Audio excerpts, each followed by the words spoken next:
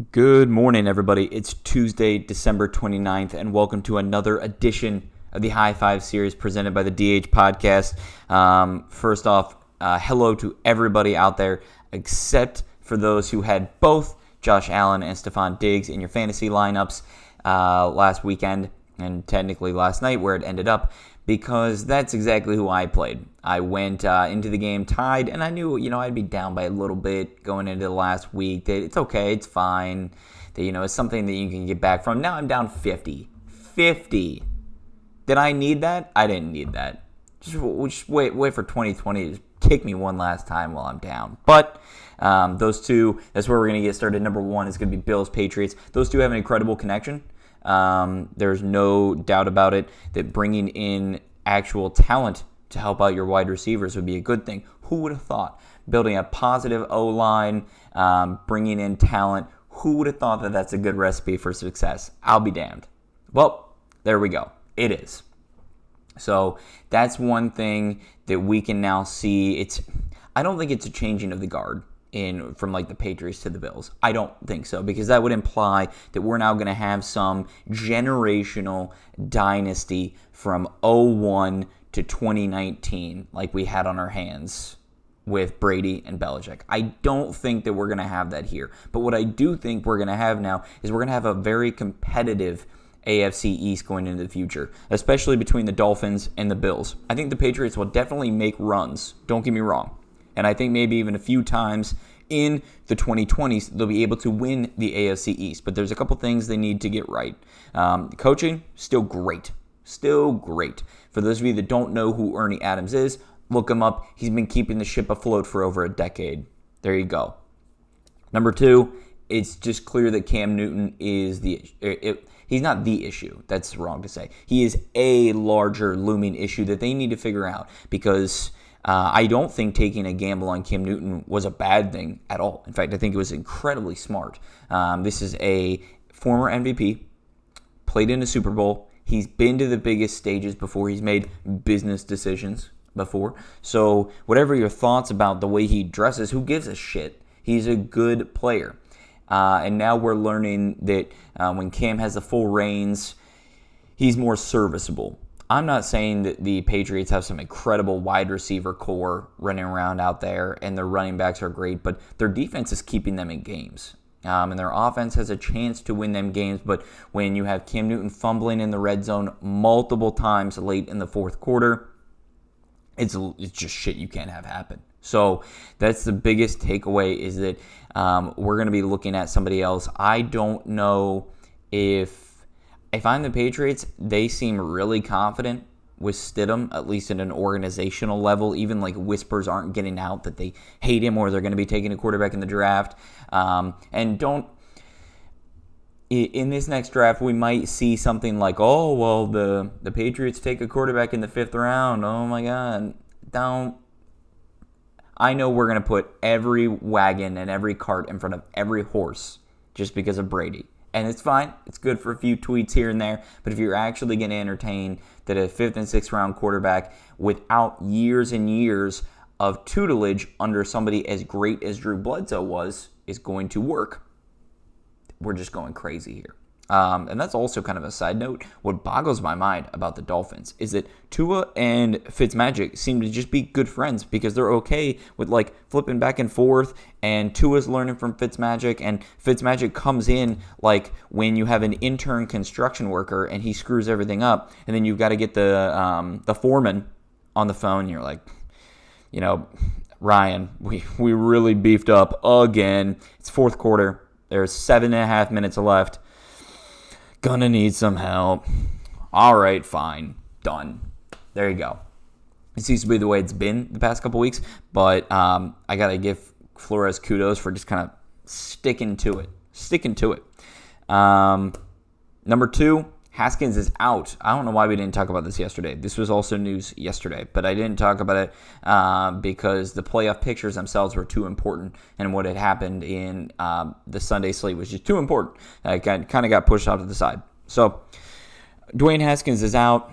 I mean, people are going back to the draft party and him asking people to pay to get into a draft party, and then him taking selfies on the sideline after his first win instead of actually being in the victory formation.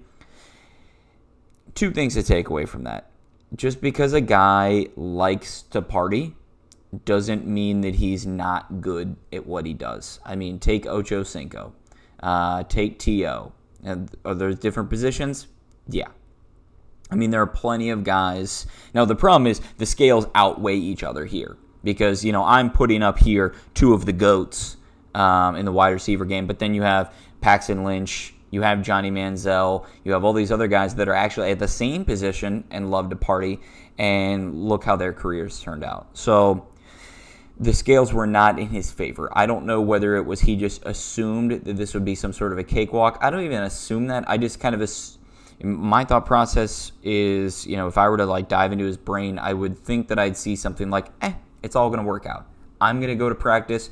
I'm going to go to the weight room. I'm going to eat right. But everything else, it's just going to work out. It's just going to work out. And I could be totally wrong, but it didn't work totally out. So I truly think that Haskins will get a backup job somewhere for an older guy, similar to what the Saints are doing with Jameis. I don't even know if they're doing anything with Jameis because Taysom Hill comes in, whatever. That's not the point. I think they'll come in for somebody that has a really good, healthy track record. You've got Brissett over there in Indianapolis. Maybe he deserves a starting job somewhere else. I don't know. Washington football team clearly trusts Alex Smith to be able to get back into the saddle after this one. And they're riding. I would have kept them on. I don't know. I probably would have kept them on the roster simply because you just need bodies if you're going to be playing in the playoffs. Which if they win this weekend and they're playing the Eagles, then they can. All right. I said something else about Haskins, I think. No, actually I didn't. No, sorry. John Morant, number 3, sprains his ankle. Former Rookie of the Year. Somebody I am a huge stan of, John Morant. I've been high on him, saying that he will comprise the best career out of anybody in that draft. And yeah, that is a Zion draft. So that was my hot take coming out of there.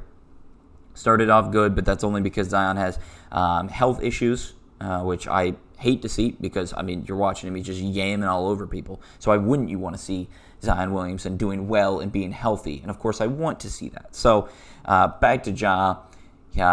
Ankle sprain. He's getting evaluated today so that we can actually get a time frame. So this is another thing that we're going to have to follow up on later. But this is big.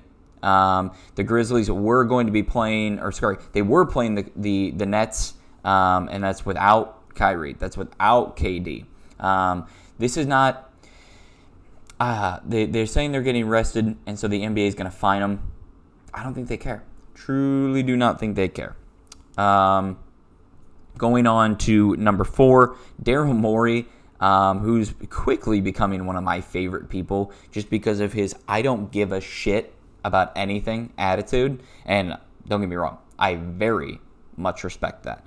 But his not giving a shit attitude has cost him $50,000 in the anti-tampering rule. So have you guys ever seen that video of the security guard at a music conference? I am so old. A music conference? Oh, a music festival to where he was not patting people down, but literally just not even touching them. You could have brought a gun in. You could have brought a nuclear warhead in there, through your shirt. It's popping out both sides, and he would have been like, "Nope, we're all good here." So that's pretty much the NBA's definition of their anti-tampering laws, because every player gets away with it. Players text each other. Players tweet at each other. Absolutely nothing happens. Draymond Green goes out there on NBA Tonight and just gets a scolding. That's it.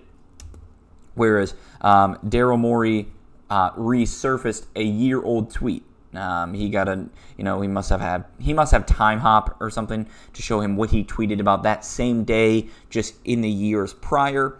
And so that's exactly what he saw was a year ago. James Harden broke the Rockets' all-time assist record. And so he just tweeted at, he was like memories or something like that, or like 1 year ago today, like holy cow, can't believe it's been that long, some shit like that. So there's nothing wrong with that. There's nothing wrong with that. But yet, because Harden wants out, and Morey has typically given Harden everything he wants. By the way, I'm doing Ben Simmons and a couple, minor players for James Harden. That. I don't know why. I do think it'd be weird to see him in those Philly colors, but I think it'd be fine. So, Harden has a lot of problems. But, yeah, I don't know. The Rockets did a really good job. They brought in Boogie. There were plenty of stuff that they did to get him around other people, and it just more seems like a mental block than anything. But I'm not in his head, so I have no idea. Maybe he just needs more strip club time. And trust me, Philly has plenty of strip clubs galore. So the Rockets still have him under contract for another year. So it's out of his hands. Really is. All right, number 5, rounding out the day. Bowl games are back, baby. Bowl games are back. Cheez-It Bowl, Alambo Bowl, back. You have got Oklahoma State, Miami. I've got Miami money line.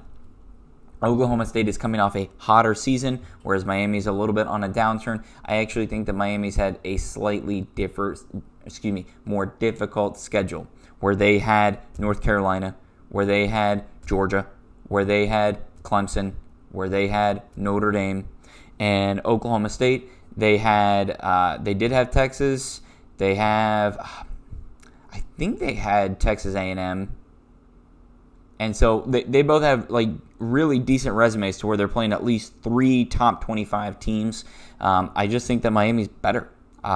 Oklahoma State really just kind of ruined. They Titanicked their season by losing out twice late at the end of the year. So they're not playing for anything. They really don't give a shit. But I guess the same can be said about Miami. And then not number 5, I guess 5.2, whatever. Alamo Bowl, Texas, Colorado. Texas is 6-3 in an abysmal drought of a year. Their coach has been on the hot seat. Tom Herman's been on the hot seat for now entirety of this season, but now you just get COVID as an excuse. And then huge hot seat next year. Because if some big coaching opportunity comes, it seems they couldn't pull Urban away from the booth just yet. Just like I don't think NFL is going to pull him away. We talked about that a few days ago. We talked about that on today's Tuesday. We talked about that on Sunday. Yeah, not happening. Texas, Colorado. Colorado's 4-1. It's just simply that out there in the West, they didn't play as many games. So I've got Texas money line on that one. I'm not saying it's going to be pretty either. It's probably not going to be. But hey, that's how it goes. All right, everybody. That has been the High Five for today. We will see you all tomorrow. Today is the 29th. We've got 2 more of these rounding out for the year. And then, of course, on Thursday, we're dropping new episodes every Thursday. Get pumped. Get your mind right. We don't do a best of because we don't take vacations. See everybody tomorrow.